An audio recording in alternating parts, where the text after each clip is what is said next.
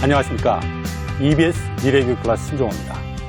계산기, 컴퓨터가 있는데 수학을 못해도 일상생활 하는데 전혀 지장이 없다. 한때는 이런 생각들이 팽배했습니다.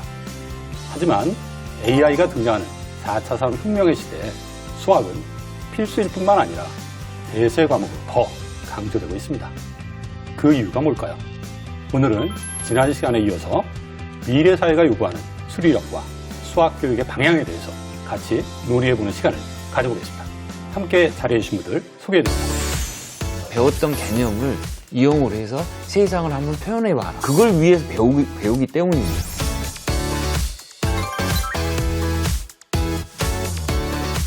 학생들의 일상생활과 접할 수 있는 그런 교육과정으로 좀 바뀌어야 될 것 같고요. 교육과정을 재구성해서 수학 수업을 한다면 정말 우리 아이들이 지금보다 훨씬 더 재미있고 신나는 수학 수업을 할 수 있을 거라고 생각합니다.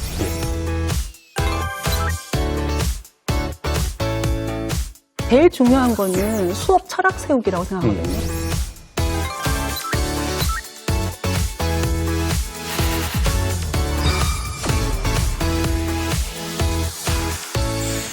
이게 수학의 발달은 사실은 그 인간의 삶을 좀 더 편리하게 하기 위해서 만든 거죠. 옛날에 고등학교 때. 저를 너무나도 힘들게 했던 그 사인, 코사인, 탄젠트.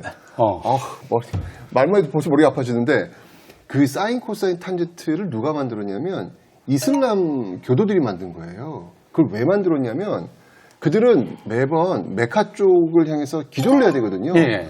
그 방향을 찾기 위해서 햇빛, 그 그림자의 길이와 이 삼각형을 만들어가지고 찾아야 되는데 그걸 가장 쉽게 하기 위한 방법이 사인, 코사인, 탄젠트.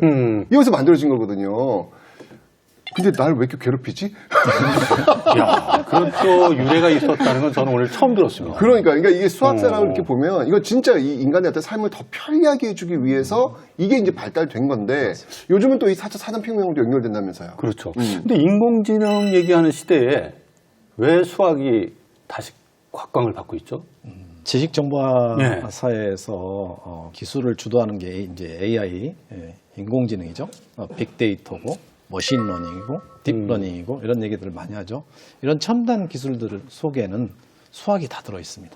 프로그래밍이 아니라 그 컴퓨터 프로그래밍 이걸 제일 먼저 생각하잖아요. 그렇죠. 우리가. 그렇죠. 그러나 그 프로그램을 운영하기 위해서는 수학 내용이 들어가 있어야지. 그건 그렇죠. 그래서 4차 산업시대는 뭐냐면 기계가 데이터와 융합을 해서 인간의 육체적 노동뿐만 아니라 정신적인 활동도 대체하는 시대입니다. 그 대체를 통해서 새로운 가치를 추구하고 산업을 발전시키는 세대입니다. 그러면 데이터와 기계가 어떻게 만났다는 거냐라고 하는 말 뭐냐면 4차 산업시대에는 초연결 시대입니다. 초연결 시대에서 모든 게 연결되어 있으니까 그 연결된 모든 코드에서 우리가 원하는 정보를 뽑을 수가 있는 겁니다. 근데 데이터 안에는 흔적이 남아 있습니다. 그 흔적을 조그마한 흔적이라도 찾아서 그 흔적을 이용을 해서 내가 원하는 정보를 생산해내는 세상이 왔습니다. 근데 그 흔적이라고 하는 게 뭐고 데이터 내에서 그 흔적을 어떻게 찾아낼 거고 그 찾아낸 거를 누구한테 시킬 건가 하는 게 그 기본적인 방법론이 수학입니다. 그래서 수학이 가장 중요한 역할 중에 하나로 대두된 이유입니다. 그렇군요. 선생님은 어떻게 생각하세요? 우리 수학 교과를 한번 이야기를 해보면 모든 학문의 근간이 될 만큼 우리 학생들은 잘 모르고 있지만 우리 삶 속 깊숙이 투여돼서 편리하게 사용하는 데 활용되고 있습니다. 예를 들어보면 우리 신호등에서 어떤 발견할 수 있는 패턴이나 규칙, 또 우리 생활 속에서 일어날 수 있는 가능성, 또 양을 측정하거나 어떤 건축물을 우리가 설계해서 어떤 완성할 때까지의 그런 안정감이나 정확성, 그리고 또 우리가 추상적인 언어인 가격이나 어떤 시간에서 볼 수 있는 그런 숫자를 이용해서 우리 아이들이 많이 사용하고 있지만 발견하지 못하고 있습니다. 따라서 미래 사회의 편리한 삶을 위해서 우리 수학은 반드시 중요하고 필요하다고 생각을 합니다. 네, 여기 다 뭐 수학 다 관련자분들 나오셨으니까 네. 유선님 어떻게 생각하세요? 네. 앞에 선생님들께서 전문적인 얘기를 해주셨으니까 저는 그냥 제자 한 명을 얘기하고 싶습니다. 10년 전에 만난 친구인데 그냥 소박하게 카센터 운영하는 게 꿈인 학생이었어요. 근데 공부에는 정말 관심이 없었는데 저는 잘 모르지만 차를 수리할 때도 수학은 필요하다는 생각에 기초 수학은 공부하자. 그리고 제가 이제 남겨서 따로 이제 공부를 시켜줄 생각까지 있었는데 이 친구가 필요 없어요. 차 수리하는데 수학 필요 없어요.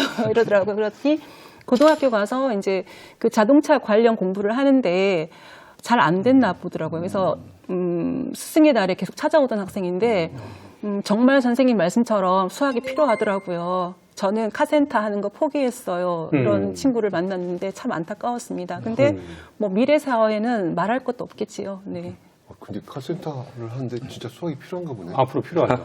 왜냐하면 앞으로 모든 것들은 소프트웨어로 제어할 수 있는 방식으로 변화되거든요. 그러려면 이제 기본적인 수학적 이해를 가지고 있어야지 모든 것들을 좀 관리할 수 있는 능력이 이제 갖춰지는 거죠. 지금 교수님 말씀하신 대로 그 미래 지식정보화 시대 이때 이제 막 역량 뭐 이런 것들이 많이 지금 얘기되고 있는데 그 미래 역량 중에서 가장 중요한 게 수학이다. 네. 이렇게 이야기를 또 많이들 하시거든요. 어떤 역량들이 구체적으로 필요한 건지 한번 좀 말씀 좀 해주세요. 2015 개정 교육과정에서 이제 저희들의 수학 교과에서 6가지 역량을 강조하고 있습니다. 첫째가 자기 관리 역량, 둘째가 지식 정보 처리 역량, 셋째가 창의적 사고 역량, 그다음에 심미적 감성 역량, 의사소통 역량, 공동체 역량 이렇게 해서 6가지가 수학 교육을 통해서 꼭 길러줘야 한다라는 것으로 강조되고 있습니다. 그거를 다 수학으로 한다고요? 그렇죠. 네. 신기하네. 실제 그 미래 그 직업 창출과 관련해서 네. 수학과 관련된 직업들이 많이 창출될 거다. 이런 그렇죠. 얘기들이 많이 있잖아요. 예. 앞으로 이제 200만 개 정도의 직업이 있는데 그 중에서 수학과 관련된 직업이 약 40만 개 정도 진짜요? 될 것이다. 라고 전망하고 있습니다. 그러니까 200만 개가 새로 일자리가 창출되는데 네. 그 중에 수학과 20만 관련된 개가. 것들이 41만, 40만 개가. 약 41만 개인데라고 하는데 예, 예. 약 40만 개 정도 이렇게 수학과 관련된 직업들이 근데 더 궁금한 게 생겨날 출처가 어딘가요? 출처가 다보스 세계 경제 포럼에서 믿을 수 제시한 있는 겁니다. 거네요. 믿을 수 있는 겁니다. 이거야. 2016년에 얘기한 겁니다. 그래요. 미래를 선도한 인재가 가지고 갈 수 있는 역량은 저는 3가지가 있다고 생각합니다. 첫째는 뭐냐면 문제를 해결할 수 있는 능력입니다. 논리적 사고를 통해서 문제를 해결할 수 있는 능력. 그리고 통찰력을 통한 창의력. 그리고 또 하나는 협업을 위한 의사소통 능력입니다. 제가 여기서 말하는 논리적 사고력을 통한 문제 해결 능력이란 뭐냐면 전체를 보는 힘입니다. 어떤 각각의 데이터를 나무만 보는 게 아니라 숲을 보는 겁니다. 각 숲들이, 나무들이 어떻게 작용을 하고 있는지를. 그래서 얘들이 어떤 역할을 하고 있는지를 보는 능력입니다. 그 다음, 통찰을 통한 창의력이라고 하는 건 뭐냐면, 그 각각이 구성되어 있는 구성 요소들 간에 상호작용을 하잖아요. 걔들이 어떤 역할을 하는지, 그 역할이 얼마나 효율성이 있는지, 그 효율성을 보는 능력입니다. 그 다음, 그 효율성을 보고 어떤 구성 요소가 비효율적인가 아니면 없어도 되는지를 보는 능력입니다. 그게 창의력입니다. 그 다음 또 미래는 다 연결되어 있습니다. 그래서 다양한 분야의 전문가들이 모여서 저 같은 경우는 신약 연구를 하는데 신약 연구가 저는 수학자입니다. 근데 제가 화학 분야를 공부할 필요도 없고 약학 분야를 공부할 필요도 없습니다. 단 그분들하고 소통만 하면 됩니다. 소통하기 위해서는 각각의 그 분야가 사용하는 언어가 다른데 각기 다른 언어를 사용한 분들끼리 소통할 수 있는 의사소통 능력이 되게 중요합니다. 근데 이 4가지 능력을 가장 효율적으로 기를 수 있는 과목이 수학이고 또 수학의 교육의 목표이기도 합니다. 아까 관련된 좀 질문인데 이 교수님께서 세계경제 포럼에서 네. 앞으로 창출될 200만 개의 일자리 중에 네. 41만 개 정도가 네. 수학과 관련이 있다라고 네. 말씀하셨는데 이 수학 중에 조금 더 이렇게 부각되는 분야가 있을까요? 그 안에서? 최근에 가장 부각되고 있는 분야가 통계 교육 쪽입니다. 특히 이제 요즘에 정보가 기하급수로 생산이 되고 그 많은 데이터들을 어떻게 처리할 수 있는 능력이 있어야 되거든요. 예전처럼 아주 우리가 노력을 손으로 열심히 해서 할 할 수 있는 처리할 수 있는 그런 데이터가 아니라 무한대로 생산돼 가고 있는 그런 데이터를 하나하나 처리할 수 있어야 됩니다. 그래서 그런 빅데이터들을 수집하고 그다음에 분석할 줄 알아야 되겠죠. 그리고 그걸 또 분석을 했으면 도표화하고 시각화해서 다른 사람들에게 알려줘야 되고 그래서 그런 것들을 통해서 미래 사회를 또 예측할 수 있고 그래서 이 데이터를 처리하는 데이터 사이언스 쪽이 굉장히 요즘 중요해진다고 볼 수 있겠습니다. 예.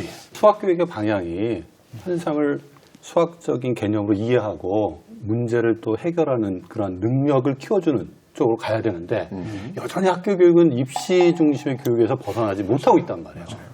상당히 큰 걸림돌이라고 보여지는데 학교 현장에 두 분 오늘 오셨으니까 어떻습니까?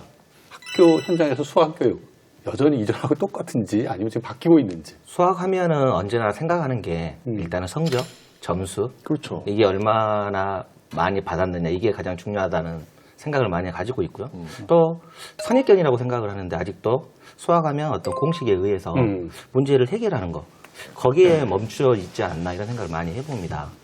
그래서 저는 그런 어떤 선입견을 좀 벗어나기 위해서 좀 공식에 의한 문제 해결보다는 다양하게 우리 아이들이 수학을 표현해 볼 수도 있고요.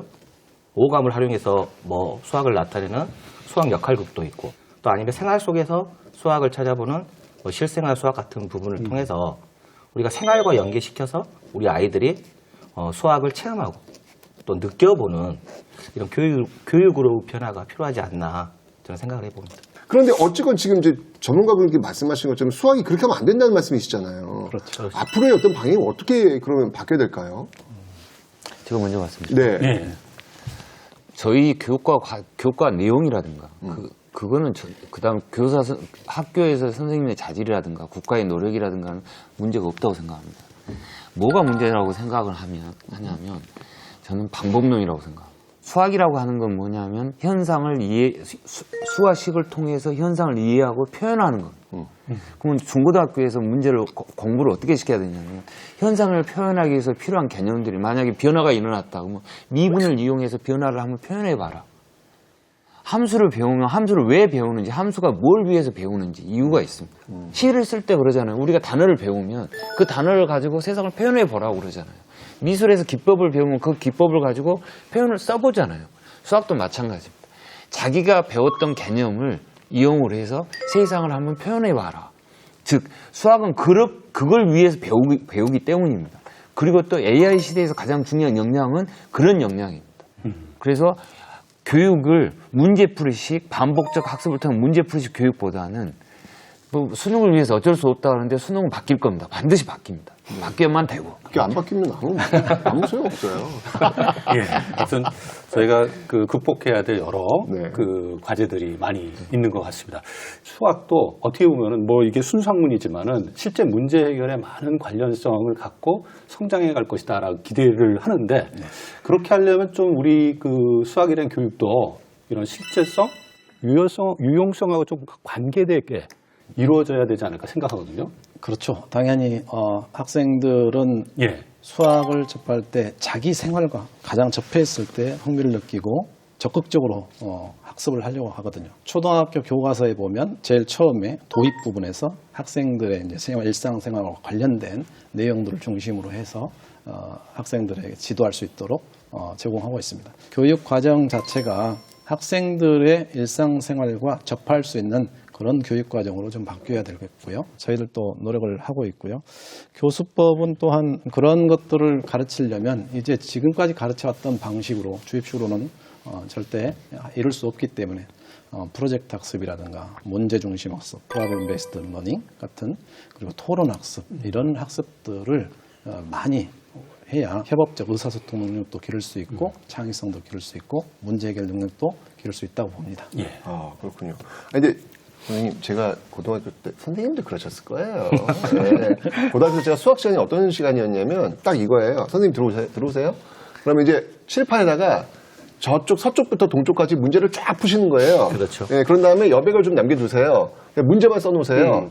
자, 최태성 나와 풀어 이거예요. 그렇죠. 저의 수학 시간은 이게 A부터 Z 다였거든요. 근데 선생님 이렇게 안 하신다고 수학을요? 네, 그렇죠. 요즘 많이 달라졌나요? 지금 어떤 식으로 하시길래 선생님은 지금 이야기를 좀 해주실 수 있는 거예요? 기존에 있는 그런 그 공식에 의해서 문제를 해결하다 보면 아이들이 수학 교과는 당연히 어렵다, 재미없다, 하기 싫다 이런 게 많이 있기 때문에 그 틀을 좀 벗어나고 싶어가지고 제가 이제 만든 게 점프 과제라는 게 있는데 이 점프 과제를 제공을 해서 아이들이 그 문제를 해결하기 위해서 먼저 문제를 파악을 하겠죠. 그리고 나서 해결 전략을 세우고 그리고 해결 방안을 하는데 거기서 끝나는 게 아니죠. 다시 이걸 짝하고 같이 서로 이야기를 해보는 거예요. 자기 해결 과정을. 짝한테 설명을 하고 질문하고 또 보충하고. 근데 거기서 끝나는 게 아니라 1차 짝하고 같이 이야기가 끝났으면 다음은 선생님한테 또 도전을 하는 겁니다. 그래서 자기가 알고 있는 내용을 다시 한번 설명함으로 인해서 오늘 배운 내용을 거의 100% 가까이 이해할 수 있도록 하게 되고요. 또 계속해서 이렇게 1시간 동안 이야기를 하다 보니까 아이들의 의소통 역량이 향상이 되는 거죠. 그러다 보니까 말하다 보면 새로운 아이디어가 나오고 또 수학적 사고력도 뛰어나지고 또 친구들과의 관계도 형성되고 그러다 보니까 함께 성장할 수 있는 배움의 관계가 형성이 돼요. 학생들이 참여하면서 서로 대화하고 이해를 형성하고 또 더 어려운 문제에 도전하고 그렇죠. 참여 형태가 완전히 다른 건데 그렇게 수학이 풀리나?